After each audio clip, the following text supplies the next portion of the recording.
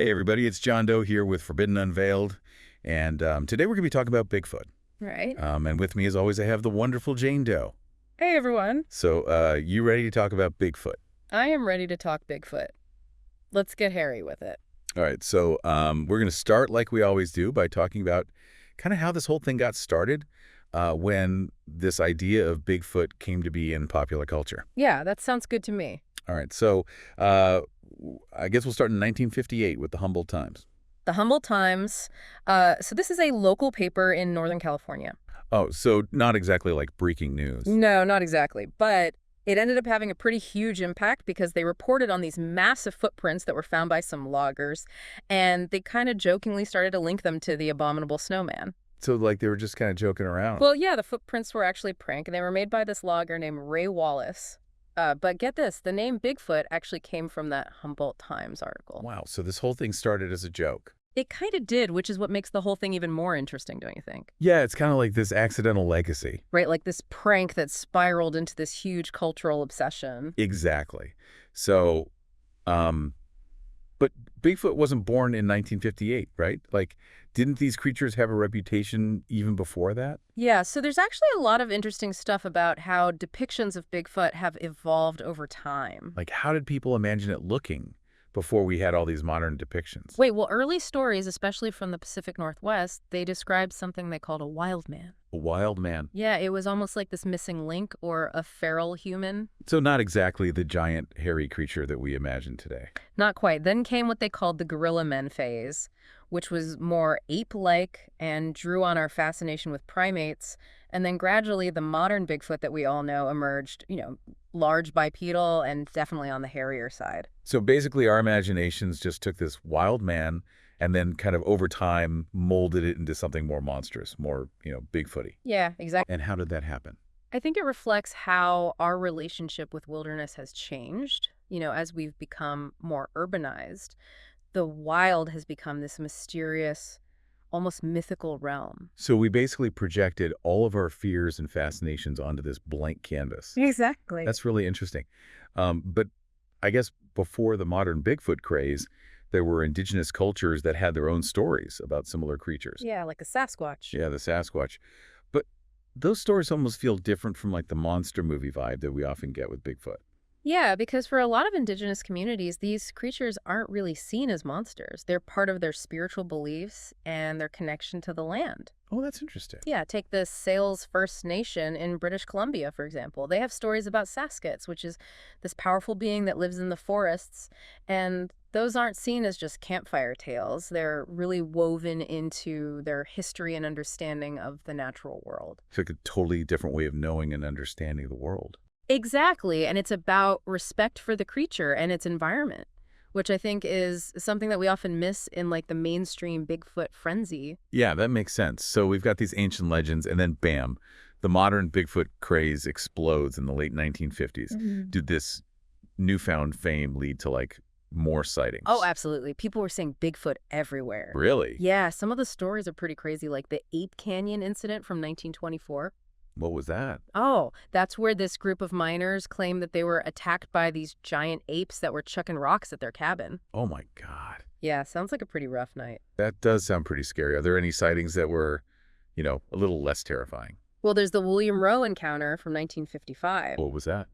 Well, he was a hiker, and he claimed that he saw this creature that was partly human and partly animal. Oh, wow. Yeah, hairy with super long arms. He even gave a sworn affidavit describing it in detail. Wow, he must have been pretty convinced. He definitely was. And that's where things get even more interesting, because then we have the Patterson-Gimlin film. Oh, yeah, the granddaddy of all Bigfoot footage. Exactly. It was shot in 1967, and it's like the most famous piece of supposed evidence in this whole Bigfoot saga. So remind me, what does this film actually show? Well, it allegedly captures this large, hairy figure walking through a clearing. Okay. And it was filmed by Roger Patterson and Bob Gimlin. And the creature has even been nicknamed Patty. Patty the Bigfoot. Oh.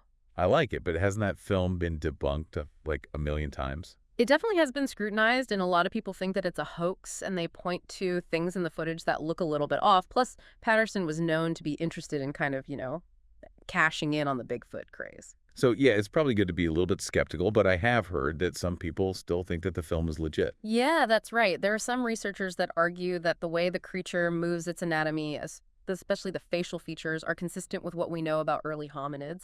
So maybe science is catching up with this age-old mystery. It's a question that is still hotly debated, but the Patterson-Gimlin film remains this cornerstone of Bigfoot lore and a source of endless fascination and controversy. Speaking of controversy, all this talk of footprints and shaky footage makes me wonder, did anyone ever try to get, like, hard evidence?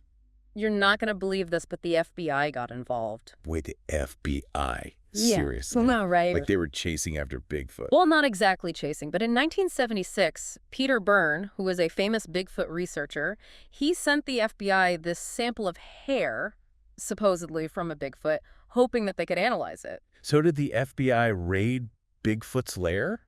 Not quite. Did they find, like, a giant comb in the woods or something? No. So while the FBI usually focuses on crime, they sometimes do take on these cases of scientific interest, and this one definitely piqued their curiosity. Okay, I gotta know, what did the FBI's top-secret Bigfoot investigation uncover? Well, the results were kind of a letdown. Oh, no. Their analysis showed that the hair belonged to a deer. A deer. Oh, man. I know, but even with the FBI's conclusion, a lot of Bigfoot enthusiasts, they weren't convinced. Really? Yeah, they point to other things like eyewitness accounts and footprint casts as proof that Bigfoot's out there. As though the mystery lives on. It definitely does, and that's what makes the whole thing so captivating. I guess so, but wait, we haven't even talked about, like, skunk apes and all these other regional Bigfoot variations. Right. It seems like every corner of the world has their own version of this hairy humanoid. Yeah, it's like a global Bigfoot family reunion. Exactly. So what's with all these variations anyway? Well, it's the magic of folklore. You know, these stories get adapted to fit local environments and beliefs, which gives each region its own unique Bigfoot flavor. So it's like a choose-your-own-adventure Bigfoot story. You can have mountain monster, swamp creature, forest phantom, take your pick. Exactly. But seriously, why are these hairy humanoids such a global phenomenon? That's a great question. I mean, we've got Yetis in the Himalayas, Yowies in Australia, even Almasti in the Caucasus Mountains. What is it about these creatures that, like, captivates us? Well, I think it goes right to the heart of human curiosity. How so? Well, I think it's a mix of factors. First, you have the thrill of the unknown. Yep. You know, the possibility of discovering something truly extraordinary. We're just naturally drawn to mysteries. It's like that Indiana Jones spirit, that desire to explore the uncharted territories, even if those territories happen to be in our own backyard. Exactly. But there's also that primal fear. Oh, yeah. That instinct that kicks in when you imagine encountering, like, a large, powerful creature in the wilderness.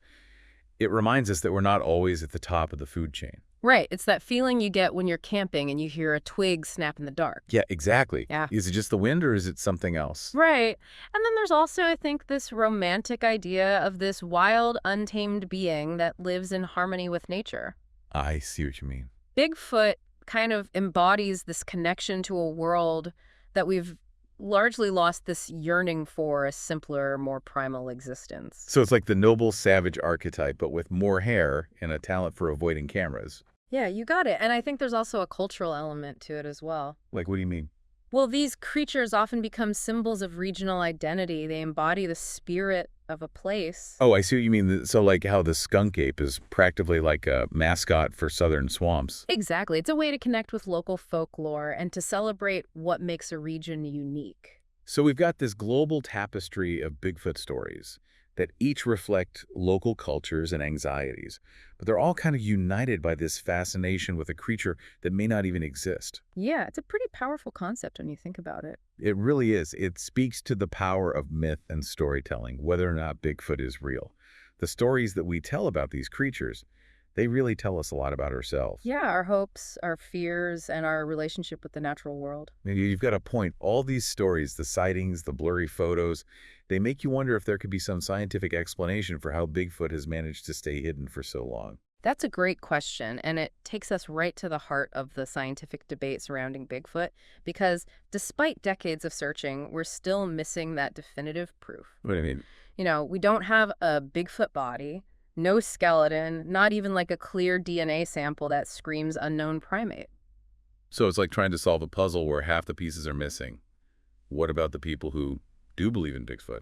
What are their strongest arguments? Well, they point to the sheer number of sightings and stories, and they argue that it's statistically unlikely for so many people across such a vast area to be making up the same details. It's like that where there's smoke, there's fire argument. Exactly. There must be something out there fueling all these reports, and some footprint casts show anatomical features that are really hard to fake. Really? Yeah, Dr. Jeffrey Meldrum, who's an anthropologist who has studied these footprints, says that some of them show evidence of mid-tarsal breaks and dermal ridges. What are dermal ridges? They're like fingerprints. Fingerprints in a footprint. Yeah, it's a detail that's difficult to explain away, even for skeptics. Wow, so we've got this back and forth between those demanding hard evidence and those pointing to these intriguing clues. It's like a scientific standoff, let's say for a moment, that Bigfoot is real. Yeah.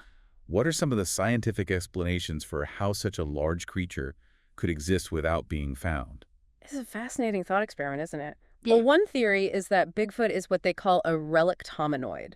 What that? It's basically a descendant of an ancient primate lineage that somehow survived in isolated areas. So it's like a living fossil that's managed to stay under the radar. Yeah, kind of like how some large mammals like bears and mountain lions have existed alongside humans for centuries without being well documented. So Bigfoot could be out there just incredibly good at avoiding us. Exactly. Another theory is that Bigfoot is a hybrid species. A hybrid? Yeah, maybe a cross between an ape and some unknown primate. Okay, now we're getting into serious cryptozoology territory. I know, right? It's like the missing link with a dash of genetic mixing. It's a more fringe idea, but some people believe that it could explain certain Bigfoot features, like walking upright and being so large. So we've got relict hominoid hybrid species.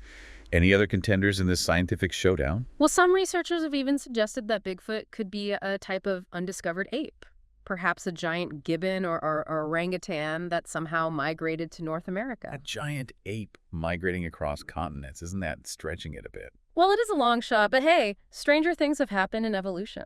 I guess you're right. Well, you've given us a lot to consider, both in terms of like the cultural significance of Bigfoot and the potential science behind it. But it seems like every answer just leads to more questions. Yeah, that's what I love about this topic. It pushes us to think outside the box and to question what we think we know and to be open to the possibility of something truly extraordinary. It's a reminder that even in our modern world, there's still room for mystery. And wonder maybe someday we'll finally have that undeniable proof that settles the Bigfoot debate once and for all. Or maybe the mystery is part of what keeps the legend alive. Yeah, maybe so. It's a thought-provoking journey either way. Definitely a journey worth taking. You know, for all the focus on finding Bigfoot, I don't think we've talked enough about, what this creature actually represents in our culture. Yeah, that's a really good point. It's not just about the creature itself, right? Right. It's about the stories that we tell and the meaning that we give them. You hit the nail on the head. Bigfoot is more than just a creature. It's like a cultural icon. Yeah, I guess you're right. I mean, think about it. Bigfoot has been in movies, TV shows, books, video games, you name it. Yeah, like everything from the lovable Harry and the Hendersons to that terrifying creature and exists. Exactly, and let's not forget all those reality shows where people are running around the woods with night vision cameras convinced they're going to catch Bigfoot on film. Oh, yeah. It's a whole genre of entertainment at this point. It really is. And I think it really speaks to just how much we're fascinated by this creature. I agree. But why are we so fascinated? Well, whether we're, laughing with Bigfoot or screaming in terror or, genuinely searching for evidence, it's clear that this legend has a really powerful grip on our imagination. Yeah, I think it's because, Bigfoot kind of acts like this mirror, right? Okay, yeah. It reflects our hopes, our fears, and our ideas about the world. Do you think that's maybe part of why this story has lasted for so long? I definitely think so. Bigfoot embodies our anxieties about the unknown, our relationship with nature, even like our place in the universe. Wow. And I think each generation adds its own spin to the story, which keeps it relevant. Yeah, that makes sense. I mean, it's like the essence of folklore, right? Exactly. It's not just about the creatures themselves, but about what those creatures represent to us. And what does Bigfoot represent to us today? Well, that's an interesting question. Yeah. In the past, Bigfoot was often seen as, this fearsome creature lurking in the shadows. But lately, there seems to be like a shift towards a more sympathetic view. Really? Yeah, some people even see like an environmental message in the Bigfoot legend. So like Bigfoot is a symbol of wilderness conservation. Exactly. You Yeah. know, this elusive creature representing everything that we could lose if we don't protect our natural environment. So Bigfoot has gone from fearsome monster to environmental ambassador. I know, right? It's pretty amazing. It is pretty amazing how one creature can represent so many different things to different people. And that really shows you the power of myth to adapt and change with the times. It does, but at the end of the day, the question still remains, does Bigfoot actually exist? That's the million-dollar question, isn't it? Yeah, after all this research, all the evidence, all the theories, where do you stand? That's a tough one. Do you believe in Bigfoot? Well, as a scientist, I'm drawn to evidence-based conclusions. Yeah. And honestly, the lack of solid proof makes it really difficult to say with any certainty that Bigfoot exists. But I sense a but coming. There's a but. There's still so much that we don't know about the natural world, Yeah. about the hidden corners of our planet, and it would be pretty arrogant to assume that we've discovered everything there is to discover. So you're saying there's still room for possibility? Absolutely, and I think that's what makes this Bigfoot mystery so compelling. I can see that. You know, it encourages us to stay open-minded, to question our assumptions, and to embrace the unknown. Yeah. And whether or not Bigfoot turns out to be real, the search itself is kind of a testament to our curiosity Yeah. and our desire to understand the world around us. That's a really nice way to put it. We may not have solved the Bigfoot mystery today, but we've definitely explored it from all angles. We The have. science, the culture, the history, and the fun. It's pretty amazing, isn't it, how much there is to talk about? It really is. We've gone from, grainy footage and those mysterious footprints to even talking about the FBI's involvement. Yeah, the FBI, I mean, who would have thought? Not me. Yeah. And we've learned that Bigfoot is more than just a creature hiding in the woods. Right, it's become the symbol. Yeah, it reflects our hopes and fears and, that connection that we have to the unknown. I think that's a really good point, and it's just fascinating how this one figure can hold so much meaning for different people, all across the world. I agree. But before we wrap up this whole Bigfoot exploration, I want to go back to something that you mentioned earlier. You said that some people view Bigfoot as like a symbol of wilderness conservation. Yeah. So what's the connection between this, elusive creature and protecting our natural environment? Well, think about it. Bigfoot is often depicted as living in harmony with nature, Right. thriving in these untouched forests and remote wilderness areas. I could see that. And for some people, this image evokes a sense of longing Longing for what? for a world that's less impacted by human development. I see. So it's like Bigfoot becomes a symbol of the wild. Right. This reminder of what we stand to lose if we don't protect these, precious ecosystems. Exactly. And for some, the search for Bigfoot even becomes intertwined with this desire to protect these wild places. Interesting. Yeah, they see Bigfoot as this flagship species, a symbol of the biodiversity that's at risk if we continue to encroach on these areas. So it's like the search for Bigfoot becomes a search for a wilder, more balanced way of life. That's a beautiful way to put it. And it really speaks to this deeper message that the Bigfoot legend holds for so many people. I agree. It's not just about proving the existence of a creature. It's about reconnecting with nature. Right. And acknowledging the importance of preserving these wild spaces. It's a powerful message, and I think one that resonates, especially as we, face these growing environmental challenges. Definitely the Bigfoot legend reminds us that there are still mysteries out there. Yeah.